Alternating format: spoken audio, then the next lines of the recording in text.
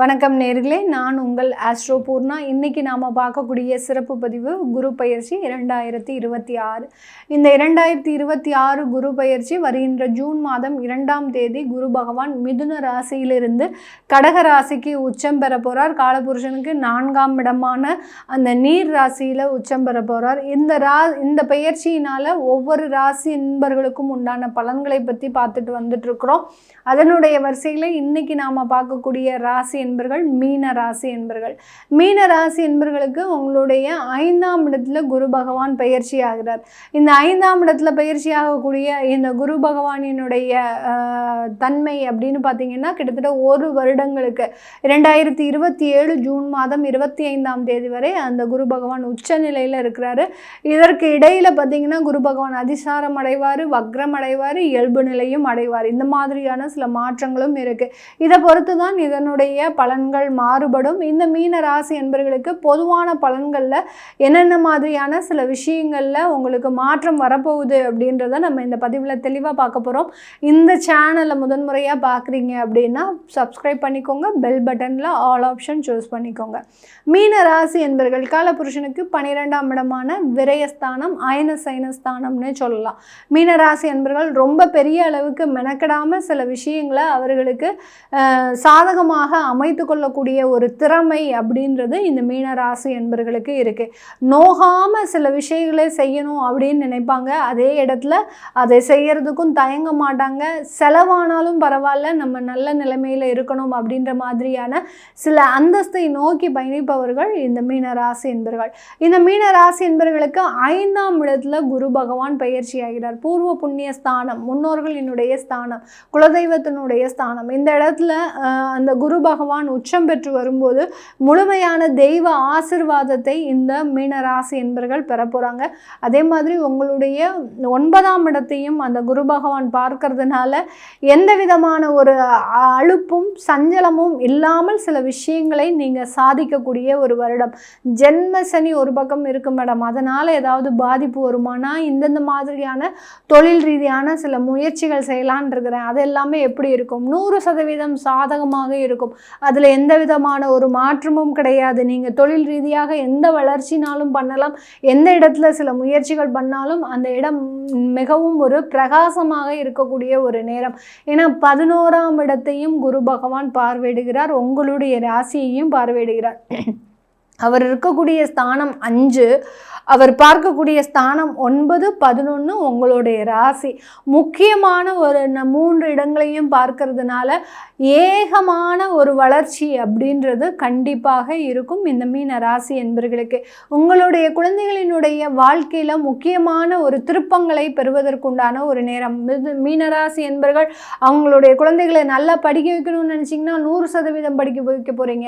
அவங்களுடைய திருமண வாழ்க்கையை நல்லா அமைச்சுக்கணும்னு நினச்சிங்கன்னா அதை 100% பண்ண போகிறீங்க. அவங்களுடைய உயர்கல்வியை நல்லா படிக்க வைக்கணும் அப்படின்னு நினச்சிங்கன்னா கண்டிப்பாக உயர்கல்வி வெளிநாட்டில் போய் படிக்க வைக்கிறதுக்கு உண்டான ஒரு தருணம் இருக்க போகுது. அதற்குண்டான பொருளாதார வளர்ச்சிகள் எல்லாமே உங்ககிட்ட இருந்தால் தானே அந்த குழந்தைகள் நல்லா இருக்கும். அந்த மாதிரியாக அருமையான ஒரு பொருளாதார வளர்ச்சியோடு இந்த மீனராசி என்பவர்கள் மிக அற்புதமாக வாழ்ந்திடக்கூடிய ஒரு நேரமாக தான் இந்த 1 வருடம் இருக்க போகுது.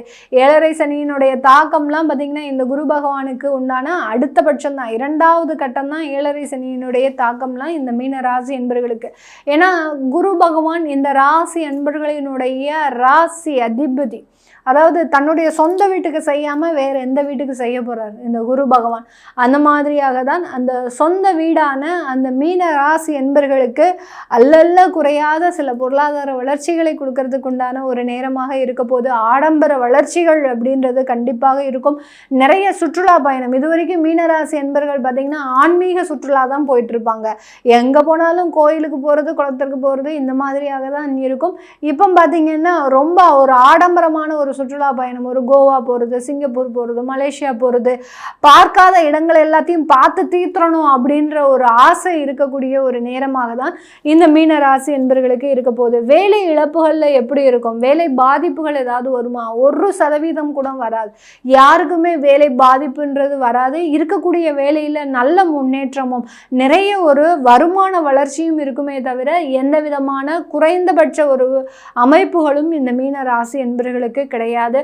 கணவன் மனைவி அப்படின்ற ஒரு விஷயங்களில் நிறைய ஒரு மோதல்கள் இருக்குது. அதாவது கணவன் மனைவி பேச்சை கேட்காததும் மனைவி கணவன் பேச்சை கேட்காததும், இவங்களுக்கு இடையில இவர்களினுடைய பெற்றோர்கள் உள்ள நுழையிறதும், அதனால இவர்களினுடைய வாழ்க்கை பாதிக்கப்படுறதும், இந்த மாதிரியான கால சூழ்நிலைகள்லாம் கடந்த காலத்தில் இருந்திருக்கும். இப்போ இந்த காலகட்டம் இந்த மீன ராசி என்பவர்களுக்கு யார் உள்ள நுழைஞ்சாலும் இவர்களினுடைய அந்யோனத்தை பிரிக்கவே முடியாது, இவர்களினுடைய பாசத்தை பிரிக்கவே முடியாது. அந்த அளவுக்கு கணவன் மனைவி 2 பேரும் ரொம்ப ஸ்ட்ராங்காக இருப்பாங்க. யார் வேணாலும் வந்து பாருங்க, எங்களை யாருனாலும் பிரிக்க முடியாது அப்படின்ற அளவுக்கு ரொம்ப ஒரு என்ன சொல்றது, அன்போடையும் பாசத்தோடையும் இருக்கக்கூடிய ஒரு நேரமாக தான் இந்த குரு உச்சம் அப்படின்றது இருக்கும். 5ஆம் இடம்ன்றது காதல் வாழ்க்கை, அடுத்து அன்பு பாசம், இது எல்லாமே தன்னுடைய அன்பை வெளிப்படுத்துவதற்குண்டான ஒரு தருணம் தான் 5ஆம் இடம்.